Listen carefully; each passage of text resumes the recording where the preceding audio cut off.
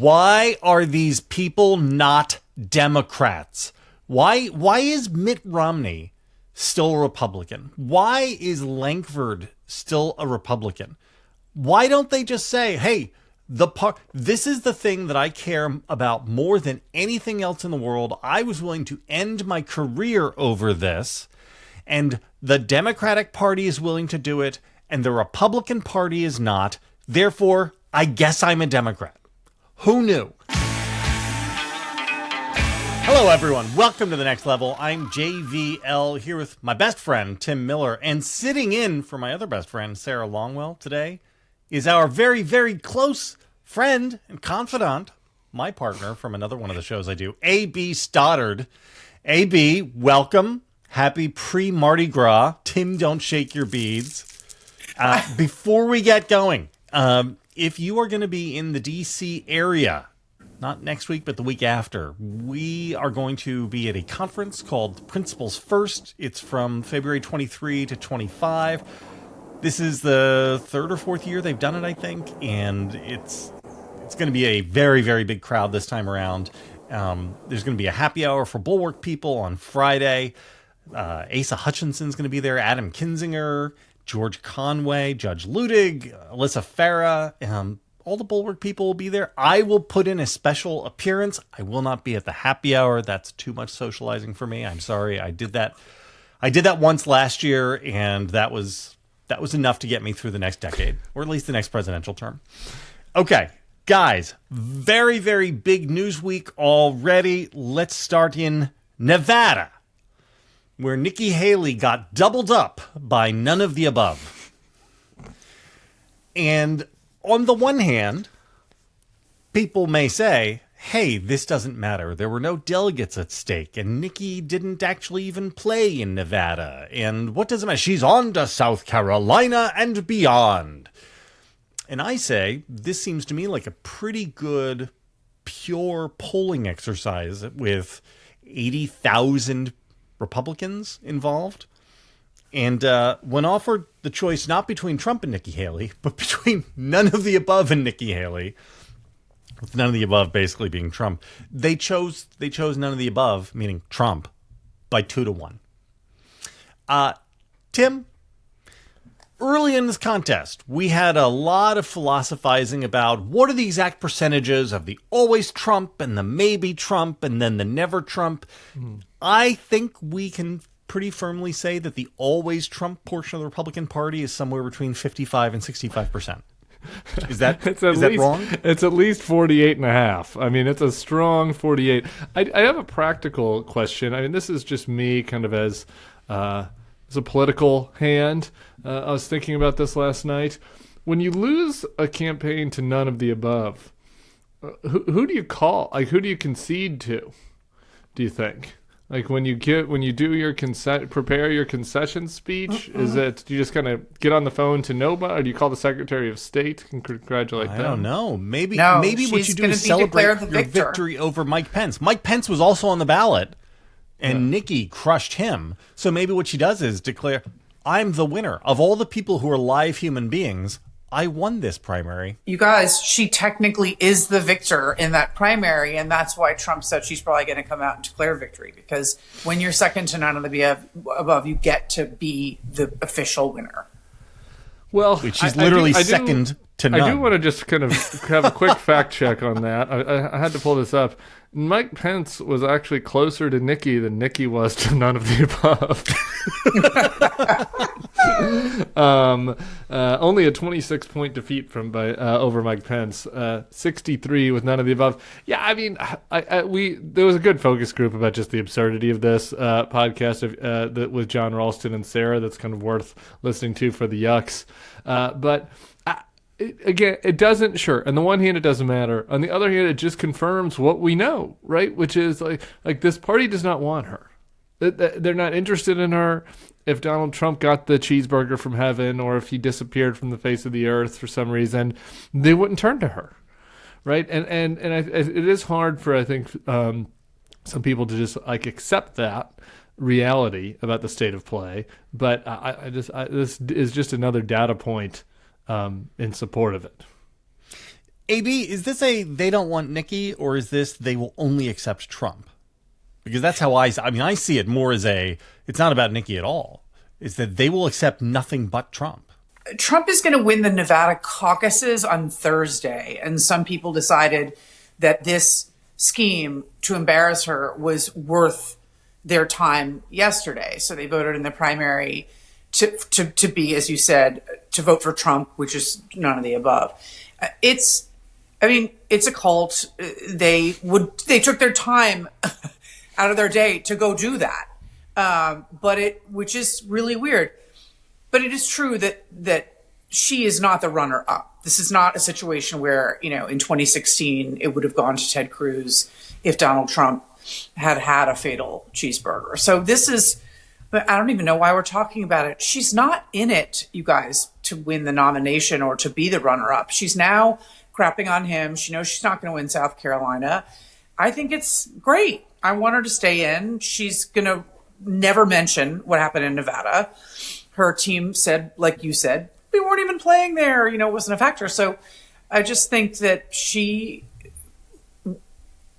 like stirring my hopes, like Sarah Longwell, that she's going to do something good at the end.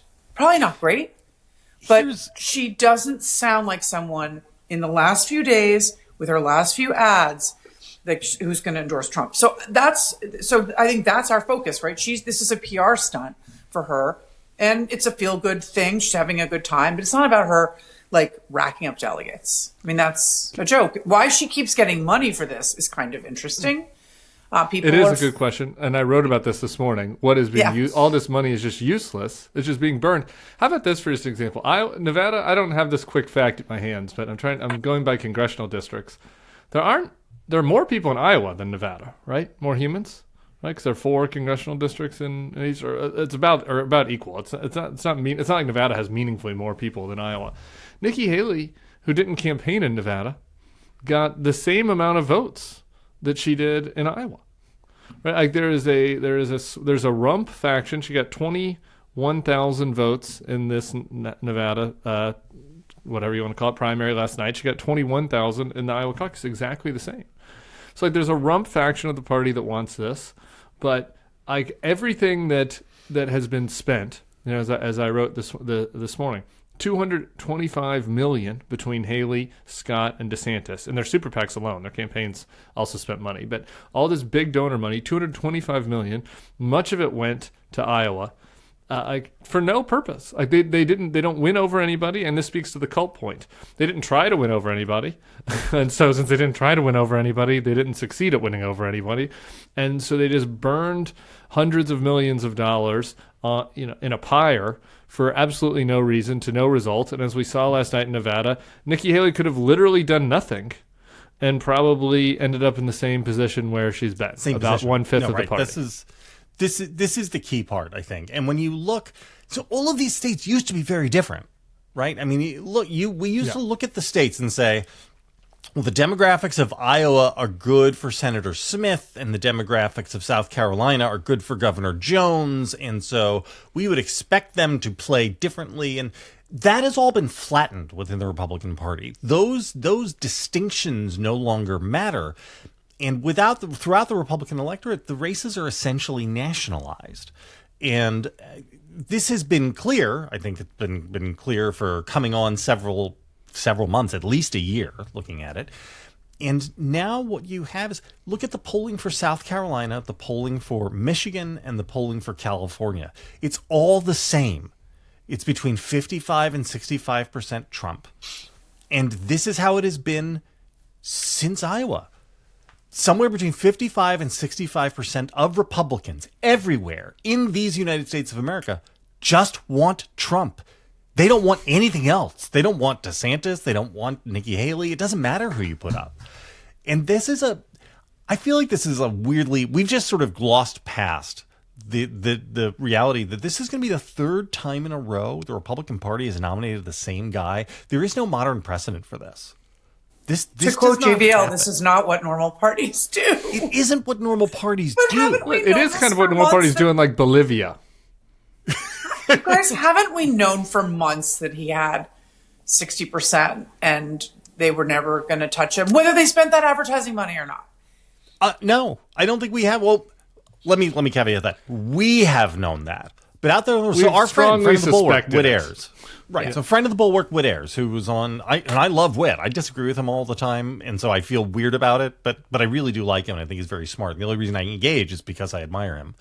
But he has been saying for months now that there, when you put the maybe Trump and never Trump part of the caucus together, that's a flat majority of the Republican Party, and the always Trump is really just it's between 35 and 40%, and I just don't think that's true. I think the people in the party who want Trump and nothing but Trump is, again, somewhere between 55 and 65%, and the total of never Trump and maybe Trump is about 30%. It's also just like a logic puzzle that you can't get out of. Like when you start talking to these people, right, where it's like, maybe it's true that there's a maybe Trump faction that could have gotten Trump under 50, right? But you can't attack Trump because that will just thrust them into Trump's arms. You can't not attack Trump because then you're not running a campaign against him. You can't say that Trump is lying because then they'll get mad at you. If you can't say that Trump's telling the truth because then you're just pushing them into Trump, right? Like, so maybe there is a maybe Trump faction, but there's no way to actually get them. Right. And anytime anybody suggests that maybe the right way to persuade them is to remind them that they're being conned by like a decades-long con man who's screwed people over and who's lied about everything and who actually lost the election and didn't build the wall and, had a fake university, right? If you mention any of that, then they're just going to get mad at you and say you're elitist that's condescending and looking down on them, and so that's going to force them to vote for Trump, right? So it's like, so for all practical purposes, if there's no strategy that can be employed to win over the maybe Trump people without thrusting them into Trump's arms, then they're really just indistinguishable from the Trump people, always Trump people. Well, it's revealed preferences, right? The only reason we think there are maybe Trump people is because in surveys, people will say, well, I don't know, But then when you push them and actually ask them to reveal their preferences, you get always Trump. So they're lying. They're lying. Or they don't know themselves. There are, you guys. Well, right. That's what I mean. A lot of people sending $25 to Nikki right now who still believe that she's going to prevail somewhere, who are not listening to us right now, are never going to vote for Trump.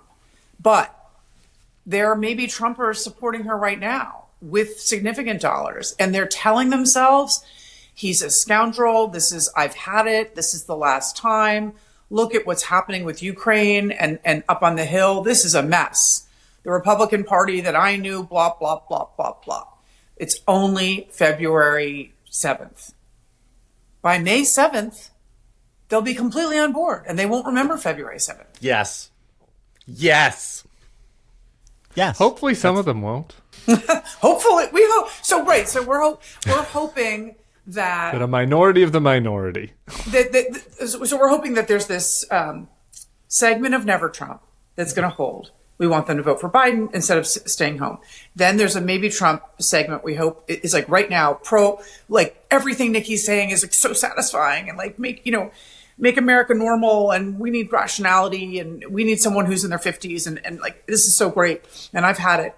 And we hope that they read what these three judges wrote about what it means to empower a president to basically negate elections and not pay price, all of that, right? And maybe we hope that maybe Trump faction, part of it is going to harden. And we have no handle on what the percentage is to combine Never Trump with the people who will say, you know what, I was for Nikki and she's no longer an option, but I can't deal with this guy. He's gone over the edge. I don't know what takes someone in 2024 over the edge with Trump that wasn't over the edge with him before. But I'm hoping it's a significant margin. That's the big question. Ronna McDaniel has been pushed out of the RNC. I'm hoping that you can explain this to me, AB, because this is a woman who is so compromised and so slavishly devoted to Trump that she jettisoned her family name. She essentially changed her name in public to please him.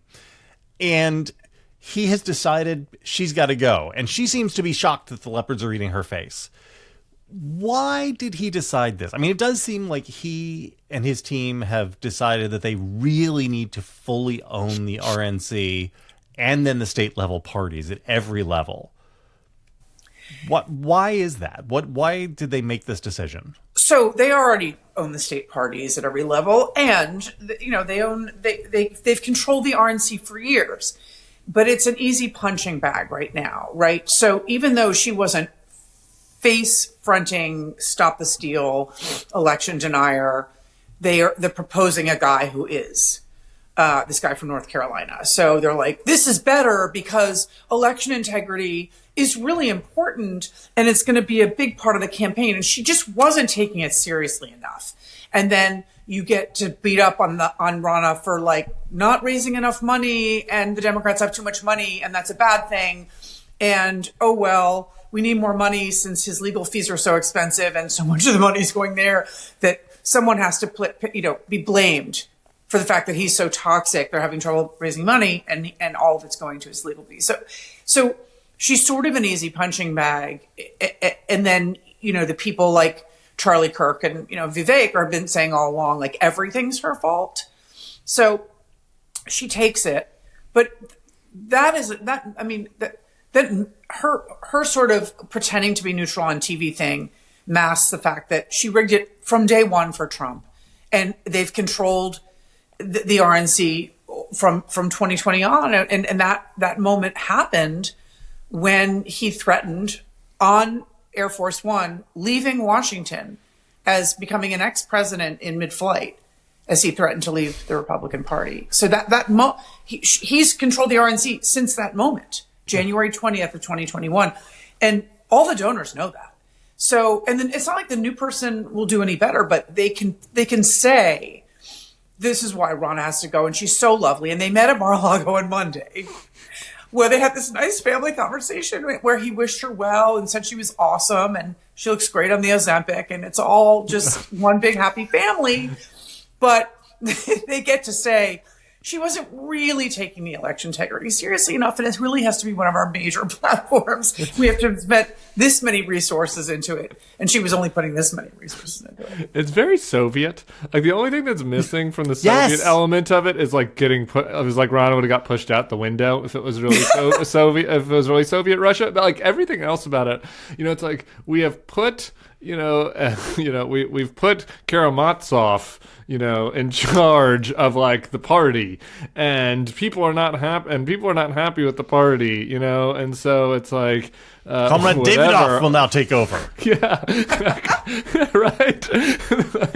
And then it's very easy then to undermine Karamazov, because like, well, Karamazov wasn't quite loyal enough to the party, and he wasn't effective enough for the party, and so so we have Vivekov, or whatever, Charlie Kirkhoff over here. It's like, well, someone else could do much better, and they have to get rid of them. It has nothing to do with actual results. I mean, if Ronna had been judged based on her results, she would have been gone like a half decade ago. Exactly. And she hasn't won anything. And it's crazy to think that she lasted as long as she had. It's the longest losing streak of any party committee chairman ever, just because no party committee chairman would ever stay in after losing 3 straight elections, 2.5, however you want to describe 2022. So like the track record is terrible. She has, the fundraising is terrible. The PR is terrible. The only reason she was in there in the first place was loyalty to Trump, and so there's always a weakness to that in in an authoritarian regime, which is there can always be somebody that's more loyal, that positions themselves as more loyal or more crazy or more dedicated. I do have to admit to one other thing related to this topic, if you guys don't mind. I need you guys to check me on this, because every once in a while I'm just starting to chuckle at Matt Gaetz a little bit. Every once in a while Matt Gaetz does something and I just enjoy it a little bit. And I don't want to. I know I shouldn't. But the way that which he castrated Kevin McCarthy and then just keeps doing it, I just will not let it go. is pretty good. Did you see his tweet? He goes, I fully endorse Kevin McCarthy for RNC chair. Kevin is well organized. He will also be well liked by the RNC committee. The RNC chair doesn't make any policy decisions, setting any agenda, or negotiate with Democrats ever, so Kevin would be terrific. I mean, it's just like, I own you, and now you used to be Speaker of the House, and now I want to give you this little office over at the party committee and just kind of pat you on your back, little guy. It was pretty amusing. I don't know that Kevin's going to want that job. It sounds like Trump wants this guy from North Carolina who argued, again, also in a very Soviet manner, that Trump won North Carolina because of the precautions they took against the thieves. Yeah. Right. In North Carolina, he was on the ball. The party chairman of North Carolina made sure that the bamboo ballots weren't coming in from China and that, there were no mules in Raleigh. And they had shamans positioned around the border to stop the ghost of Hugo Chavez. So they did a great job. It's an amazing thing. On the Gaetz question, I did wonder why, unless it's a fetish, right? And maybe Matt Gaetz just needs to do it. Oh, he needs to do it. I can't stop myself. There is a little, why are you going and driving back over the guy you ran over? Like, why have... AB's raising her hand. Go ahead, AB. This is all about his ethics investigation. If you've been listening to Kevin McCarthy, you would know that. And that's why he started the campaign to get rid of him. The ethics investigation is opened back up, and it's very serious, and it's a big problem for him. And so he because he has to do it because Matt Gaetz is his own power base now, and Kevin is going out and trying to primary everybody in the Crazy Eight who took him down ultimately. Gotcha. But I would like to just, you know me, Kevin McCarthy's best friend. I do want to read the hilarious tweet from Congressman Massey. Our friend Tom Massey's a little upset. He said, this is last night after a debacle in the House of Representatives for the majority. Getting rid of Speaker McCarthy has officially turned into an unmitigated disaster. All work on separate spending bills has ceased. Spending reductions have been traded for spending increases. Warrantless spying has been temporarily extended. Our majority has shrunk.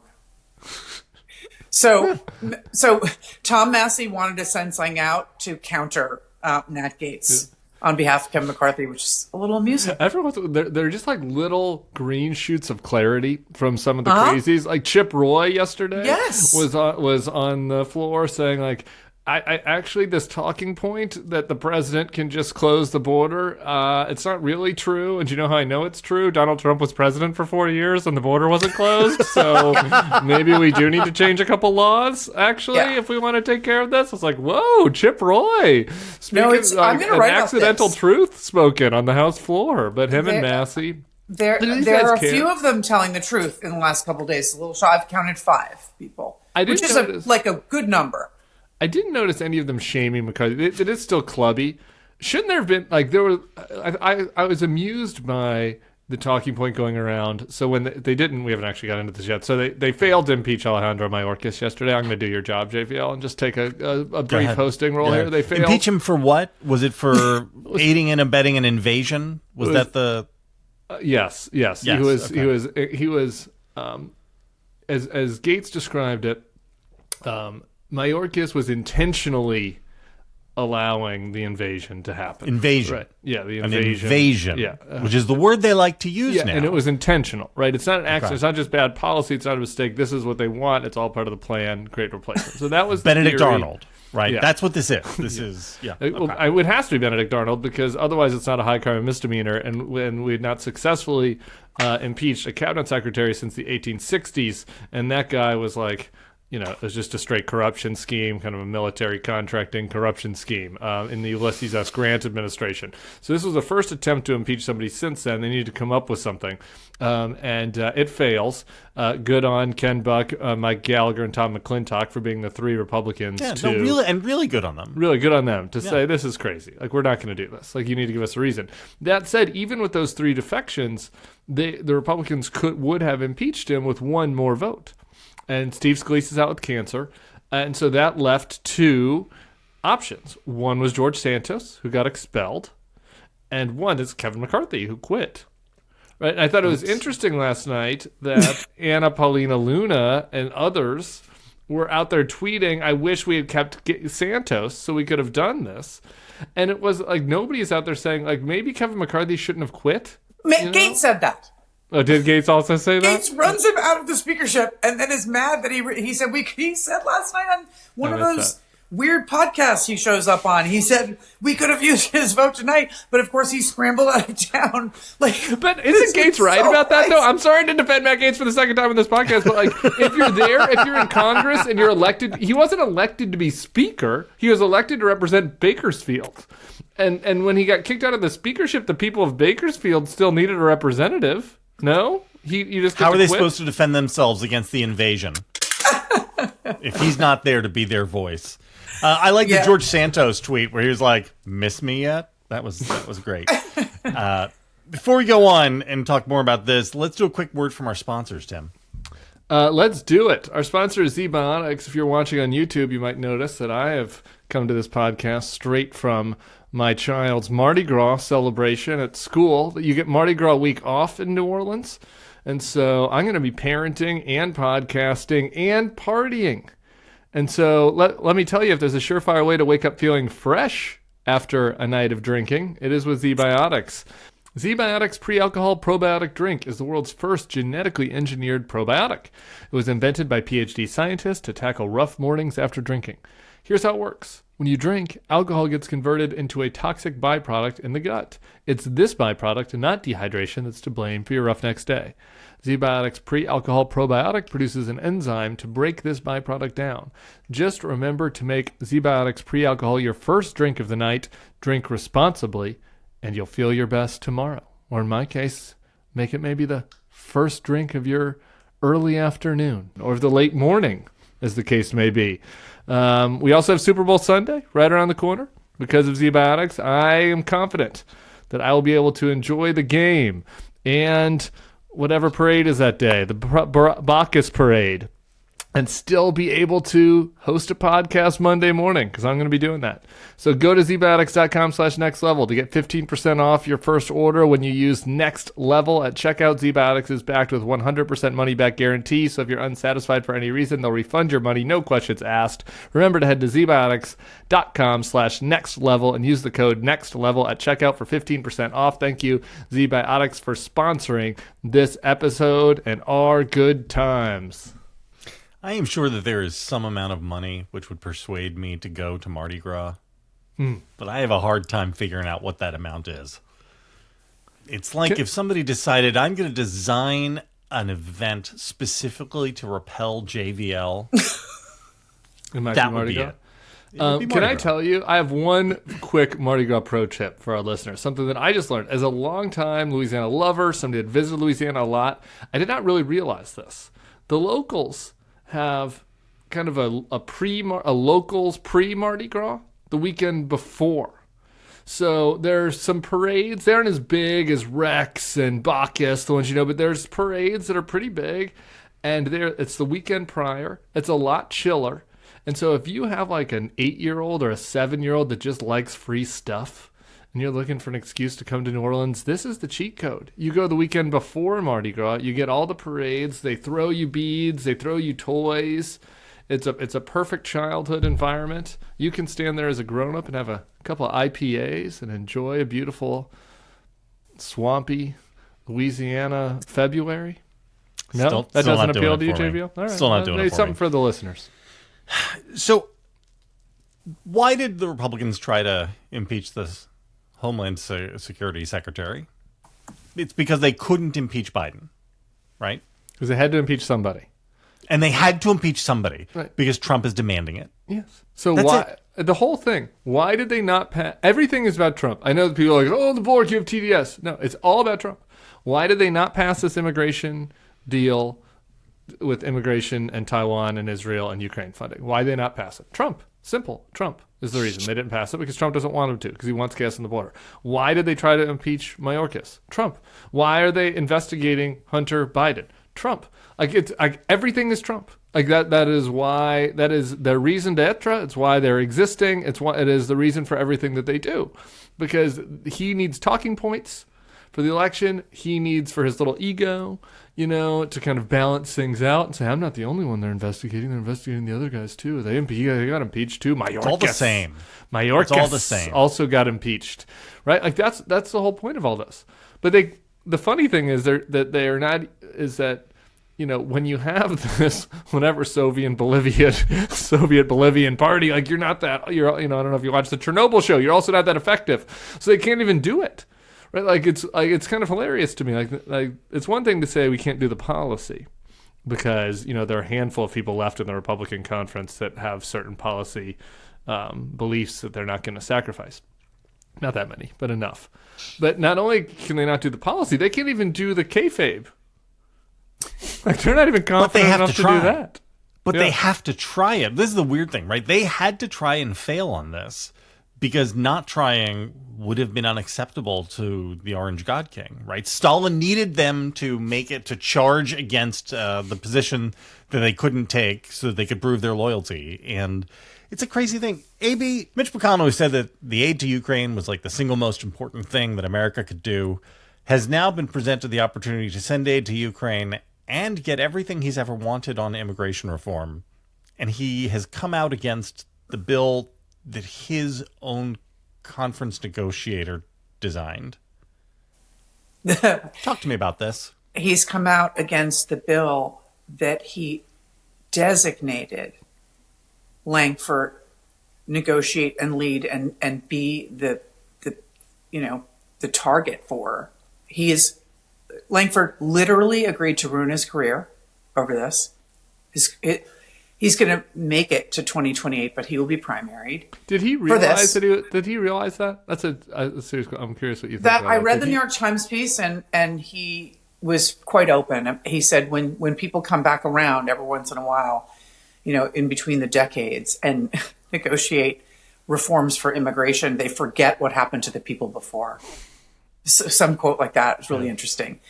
But he's a sanguine, spiritual man who is, we're like ready to take the hit. So he took it. So it was McConnell who asked him to do it. And I know that McConnell doesn't read the Bulwark, and I'm tired of writing about him. But if he'd read the last two things I wrote about him, he could have known that they were going to come for his job mid-cycle and not wait for the election. And that even if I had said if Biden won, he would still lose his job. So Ted Cruz, the reason that he fought for this package for like 3 hours, and then he basically told everyone like, oh no, okay, we're going to vote against it. And the only reason he did that was so that he could say, I was still being your leader and protecting you guys from tough votes. Because he still thinks he's going to be leader, even though Ted Cruz and Mike Lee and other people are saying it's time for new leadership. So the Federalist and all these people are coming after McConnell, and they're fueling all these guys, his opponents. And is there a tiny chance he makes it to November? Yes, but it's not a certainty. And he just did that instead of fighting to the finish and going down in flames and saying, you guys can vote against it, but I'm going to go to the floor and vote for it because it's the right thing to do. He said, I've changed my mind. Let's all vote against it, because he's pretending that he's still their leader. And putting that first. It's so much more pathetic than I could have understood when I woke up on Monday morning of this week. I just find it deeply depressing. He miscalculated the politics. He also manages to still miscalculate where his own party is on policy. And I think this is important. So and how do I know this? So Josh Holmes is the closest, was among his closest advisors. He has another podcast. Everybody's a podcaster now. And over the past week, as some of the opposition to this came out, things got a little heated on the right, and especially based on something that he said on his podcast about Mike Lee, about how these guys are just fine helping Hamas. I don't know the exact quote in front of you, but it was something like he thought that he could use the 2000 to 2012 era attack on these guys. Yeah. Like, you guys are giving aid and comfort to Michael Moore. You guys are who is the lady that used to protest outside Crawford? I'm having a brain fart. The Oh protest yeah, Cindy Sheehan. Cindy Sheehan. It's like you guys Deep are pull. nice pull. Deep pull. Now, you guys are Cindy Sheehan Republicans. You're just out there to help Hamas. And it's like, actually, the voters don't. This doesn't work. Like the voters don't. The Republican voters don't care about this, and the Republican voters care about Israel is dwindling by the week. Actually, and like the idea that you're going to be able to bully these guys by calling them weak-kneed Putin and Hamas lovers, like, just shows you that, like, Mitch McConnell and his people don't understand what happened. Like, it's over. Like, that part is over. There's that faction within the party. It's not like those people don't exist or disappeared, but they're a minority of the party, and the people with the power and the people that are ascendant are happy, or would be happy to fuck over Israel and Ukraine. In Ukraine in particular, obviously, they'd be happy to, but they would be sanguine about fucking over Israel if it meant political power, if it meant Trump, if it meant stricter border policies. Like, those are the things that Trump, border, anti-immigrant, culture war, like those are the motivating factors, not this other, strong defense stuff. And so they just totally misplayed this. Like, I think that they figured that Israel would also be something that they could use. Like, that we'd have some border stuff, we'd have some Israel, and that's how we'll get people on board who secretly want to vote for Ukraine but can't do it. But it's like these guys, most of these senators are just happy to flip it. And you can see the frustration on the faces of the handful that are left that thought this gambit could work. The Langfords, the Tillises, the Todd Young, right? When they give their interviews, you can see how flummoxed they are, because I think that they still thought that they could do the two-step, and it isn't. It's over. The party's over. Do they still care about stricter immigration policies? Because I don't think they care. Who's they? They weren't the Republican voters. Yeah. Like, that's why they have to create this sham explanation for how. Oh, well, this actually does. This is why you see them all scrambling. Like, this wouldn't make it that hard. It's like, they'd still let 1 million people in through the border. It still has the 5,000. That's what they have to misdescribe it about how they're letting in 5,000 people a day. They don't say it was really for only 7 days. Then you can shut down the border. But, then you extrapolate that out to 1.4 million. And really, Joe Biden could just shut down the border by himself. Do they care that much? Do they care as much as they care about the cult of Trump and lib owning? No, but I think that there's I do think that there's some genuine, border xenophobic feeling. Yeah, that's JVL, like you laid out yesterday. I mean, that's why they're lying about it. Yeah. And that's what they call it, the Biden border bailout, because they have to pretend that it does all these things it doesn't do. And Langford is really, God love him, even yesterday when it was completely over, he was still going on TV and making the case that if Republicans are going to stand around telling American people that it's not only a chaotic, but it's a national security threat, that new masses of non-Spanish speaking people are coming over our border, many of them Chinese, and it is a different new threat. And if Republicans are going to say that to the electorate, then they really have no excuse for not trying to repair it. And I don't know if he'll be out there saying it today, but I mean, that's what's it's so amazing that he's literally standing there trying to call people out in his own party and call Trump out about things that are being said about the bill that aren't true. I mean, again, I don't even know if he's going to be able to go to the caucus lunches, for the rest of the year. But he's trying to make it hard on his colleagues in a way that Mitch McConnell won't. I will ask the question that I ask like every third week on this show. Why are these people not Democrats? Why is Mitt Romney still a Republican? Why is Langford still a Republican?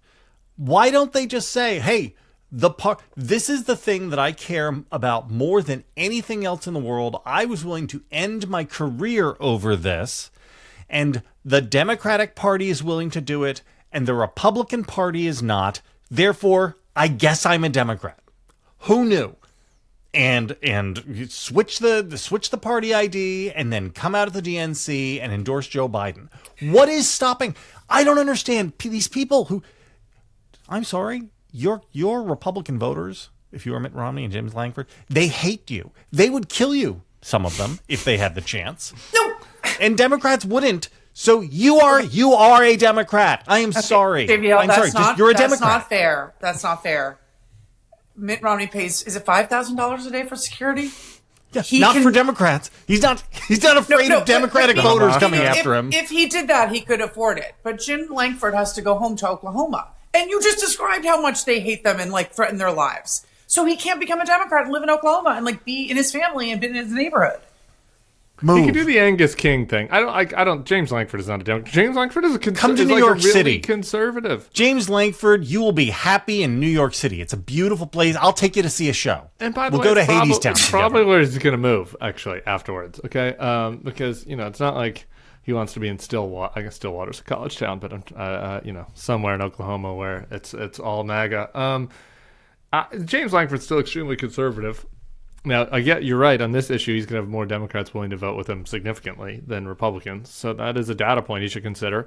I think what you're asking is probably too much. But I don't think it's a fantasy to do the independent caucus thing. Angus King does this. You know what I mean? It's like nobody's like, oh, it's crazy to think that Angus King is running as an independent. Angus King is an independent. I don't understand why they couldn't do that to change the balance of power a little bit. But it still probably wouldn't be enough.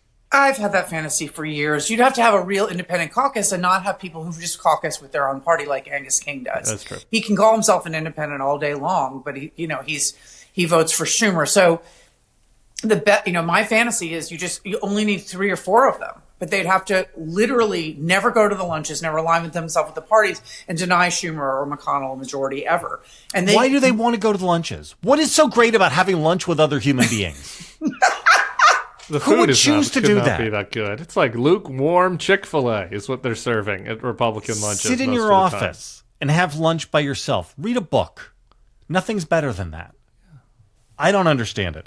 All right. Yesterday, the D.C. Circuit Court of Appeals unanimously ruled that Donald Trump can be held accountable for criming. That's nice. The Supreme Court may uphold this. It seems likely they'll uphold it. Do either of you have any thoughts on this, or should we just acknowledge that it is a thing that happened and that it just continues to push people into the arms of Donald Trump? I have so many thoughts on this, but I'll make them brief. No, please go. I don't have a lot to say on this one, so I'm going to mute my mic and start doing my pre-Mardi Gras prep. I was so struck by this quote. We cannot accept former President Trump's claim that a president has unbounded authority to commit crimes that would neutralize the most fundamental check on executive power, the recognition and implementation of election results. Nor can we sanction his apparent contention that the executive has carte blanche to violate the rights of individual citizens to vote and have their votes count. This is completely fine with the Republican Party. What these 3 judges just said should be a complete violation of his constitutional oath, and the law is completely fine with the Republican base, with Republican voters, and the Republican electeds will not step in and say what the judges have said. He is literally running on a campaign that what he did was fine, backed by the entire Republican establishment who, even when they know better and don't agree, won't say it out loud. And the voters think it's great. And so this is a reminder, you guys, that no matter what the Supreme Court says or federal appeals courts say, the voters this year are going to tell us that it's illegitimate, that it's unacceptable, the voters in the Republican Party. And I just don't know if America has really swallowed this, that there's going to be no institution that is legitimate anymore. The courts is the last final frontier. We saw them in November and December of 2020 and January of 21 tell us that, well, maybe Rudy didn't do a good job, and he didn't find the good evidence. And that's why 60 courts decided against the fake coup plot. But they're going to say that this is unacceptable. They won't take note. So when it goes to the Supreme Court, this is going to be a massive event. And Hugh Hewitt is out saying this morning that he would like the Supreme Court to take it. He guesses there are the 4 votes to do so. But he would really like the Supreme Court to actually freeze all of the prosecutions until after November 5. So he thinks that the country's electoral process would be best served if SCOTUS put all the Trump prosecutions on ice until post-voting. He says... Under what principle?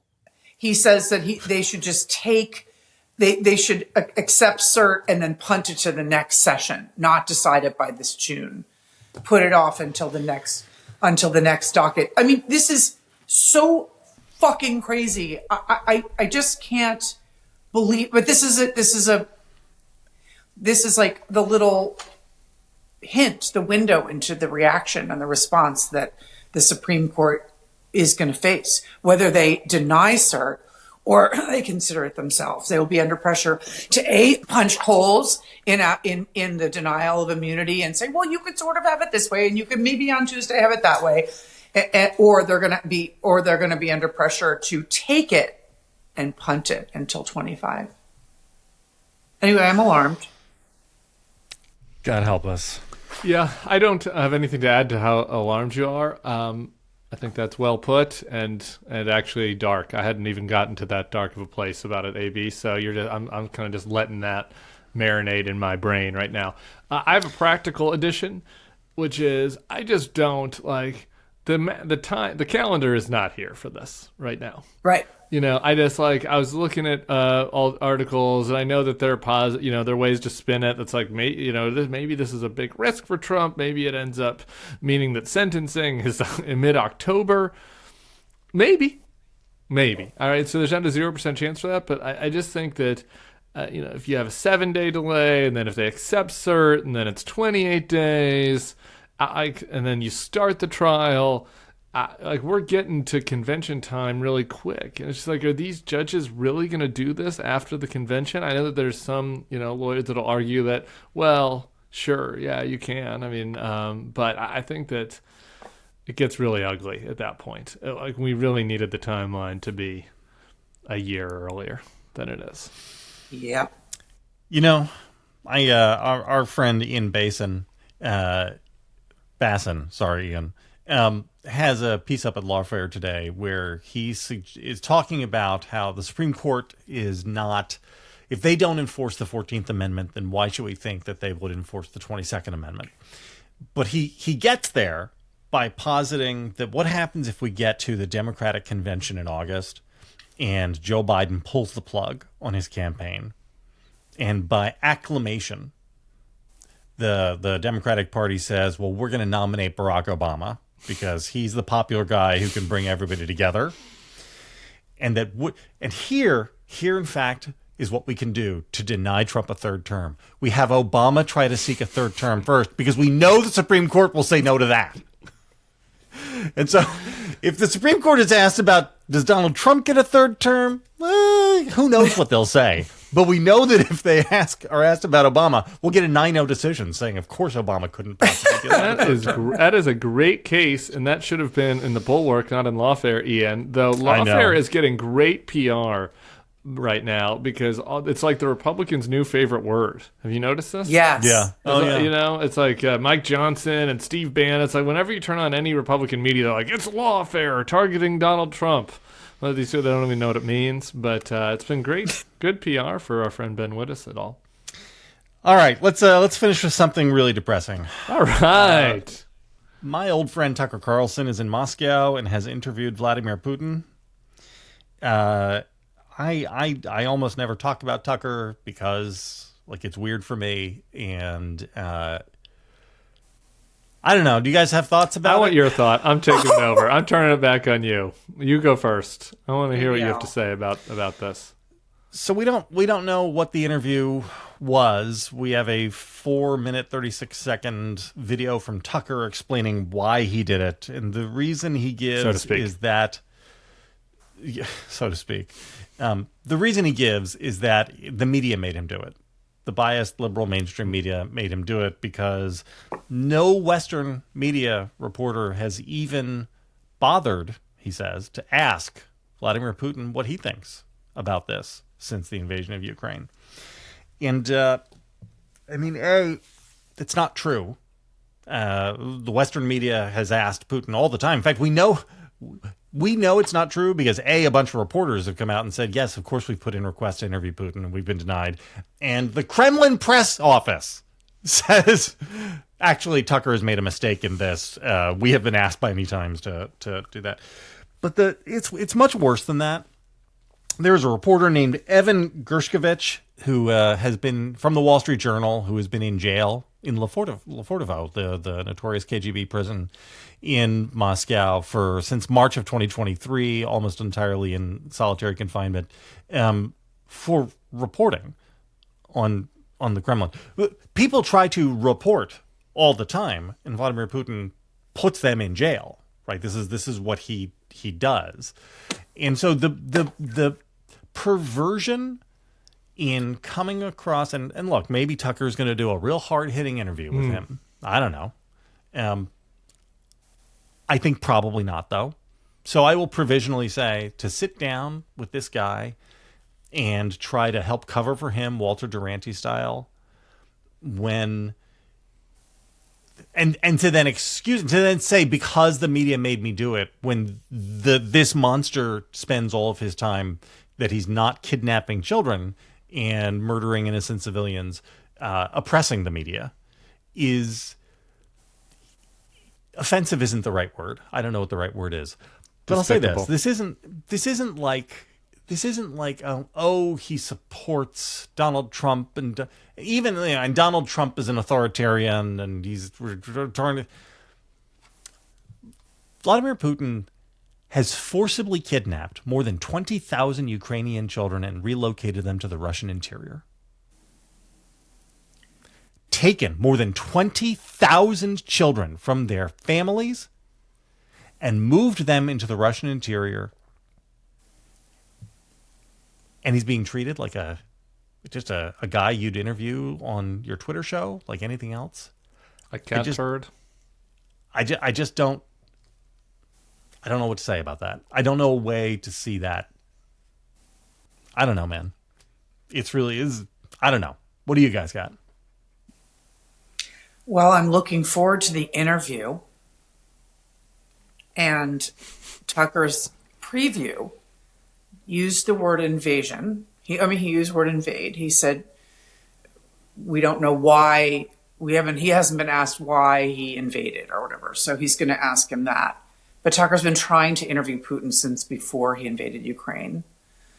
And Tucker is a close friend of Donald Trump's and advisors of Donald Trump's. It makes me very uncomfortable that he's going over to give this interview to Putin before Putin's election. And he knew when he said that other people are trying to interview Putin all the time. And he knows that people who try to do real reporting on Putin and his motives for invading Ukraine get thrown out of windows. I mean, Tucker's a smart guy. He is my friend, just like he's JVL's friend. How are we going to describe this, JVL? Like, friend. I mean, it's just very distressing. And I again really hope that I'm going to watch this unedited video of him asking the questions that should be asked. But we'll see. Yeah, well, sometimes people you were once friends with end up doing very bad and evil things. I mean, rapists and mass murderers also had friends beforehand. They're not all just psychopaths. It's not as if human nature is not like that. People are not just two-dimensional. What Tucker is doing right now is very evil, and I don't have a personal relationship with him, so I don't feel at all conflicted about that. To me, what is more alarming is like everybody's okay with it. Not everybody, not like Democrats, but there's a small handful of people on the right who are criticizing him. There are some, you see some but like, what has Paul Gigot said? The people. No, I'm serious about this. Like the people at the Wall Street Journal whose colleague is in jail. What do they have to say to We're waiting. Anything? We're waiting. Or are they Seb just Gorka's turning their toe in the haven't dirt? seen the And, I can't really say anything at that delicate situation with Fox. And even if some of them say something, it's like I guess I was speaking more about at the broadest level. His fans, Donald Trump's fans, millions upon millions of people are just kind of like, yeah, like, just kind of going along. Like, they're like, yeah, that makes, for every person that is watching that Tucker video of him explaining why he's doing it and being like, are you insane? Evan Gershkovich is in prison. Vladimir Putin is a mass murderer. People are trying to spell the truth out of him. There's another have almost equal group of people that are nodding and going, yeah, you're right. People aren't telling both sides of this story. The deep state and the elites really have been spinning this for Zelensky. And there always was going to be, a small minority of people who, whatever, do apologia for any awful thing. But the scale of it is the real alarming thing to me. I also want to say that remember how many Americans are getting their information from social media only and are hoovering a lot of just, poison, misinformation, disinformation. And they're not checking their facts, and they actually are not going to hear. They're not going to have read a lot of Zelensky interviews before they stumble upon Tucker's reach is so massive. I mean, my kids' friends, my son's friends think Tucker is the truth teller. I mean, he has a massive and growing following of people who will be influenced by the interview and then what Tucker says about it afterwards, who are not sitting around doing their research on Vladimir Putin. Can I just say on that point, you're right, AB. People are getting a lot of bad information. The COVID situation, it's like we have a novel virus. There's a lot, like people are trying to learn on the fly. The people who are trying to do their best made some mistakes at the start. Right? So there's. I'm open to this idea that people are getting bad information and they're susceptible to this. Like Vladimir Putin just invaded a country and started bombing it. Right, it's not as if there was like some kerfuffle. Like they didn't even do the whole. Remember when there was at the beginning where it was like, oh, Putin's going to do a false flag, and there's going to be some bomb in Moscow, and he's going to pretend like it's the Ukrainians. Like they didn't even do that. Like Russia just invaded another country and started bombing people and kidnapping the children and razing cities. And so it's like, what research do you need to do your own research, crowd? Like this is a thing that happened. 2 years into this war. Yeah, I'm sorry, you guys. Just remember, there are a lot of young people who have been told that Biden starts proxy wars and do not remember what happened on February 24th of 2022. Well, that's great. God help us. That's just good stuff. Well, that was another great episode. I can imagine that if you are in the D.C. area on February 23rd, 24th, or 25th, you would want to come and hang out with the three of us. I'm actually not going to be there. No worries. I'm going to be watching the death of Nikki in South Carolina. The rest of the Bulwark crew will be there. I'm going to miss it. I love Heath. I love my people at Principles First, and I encourage people to go. It will be more uplifting. And I'm going to do I'm getting into deep graw this weekend. So I think there are a lot of ways, as you pointed out, JVL, there's a lot of ways to enrich your life. There are good books out there. Should be a real good football game this weekend. Maybe Travis and Taylor will get engaged at the end of the game. Maybe the Chiefs win and we'll have Tay-Trav. There's a lot of interesting gambling you can do on like kind of what top Taylor's going to wear and whether he proposes, and that's good. We're going to have joy-filled parades that we can attend with our families this weekend. So there's a lot of stuff in life, spiritual fulfillment. I wish I had known that you were in pre-gras and that I really should have worn some beads. Just to feel, to be, I wish I was like in purple beads while I said all this depressing stuff. There's a little contrast between the sartorial and the verbal. Yeah, I think I'm going to wear them next time, even if it's not. I love deep gras. Like I've learned something new today, and deep gras is like, I love that so much. That's going to actually lighten up the rest of my week. Great. It should. AB, thanks for sitting in for Sarah and keeping her seat warm. Always. Guys, next week, Tim takes over the Bulwark's flagship podcast. It's going to be amazing. This podcast, not going anywhere. Tim's going to be sitting here. He's got to pull double duty on Wednesdays. Double headers every Wednesday for him. Don't worry.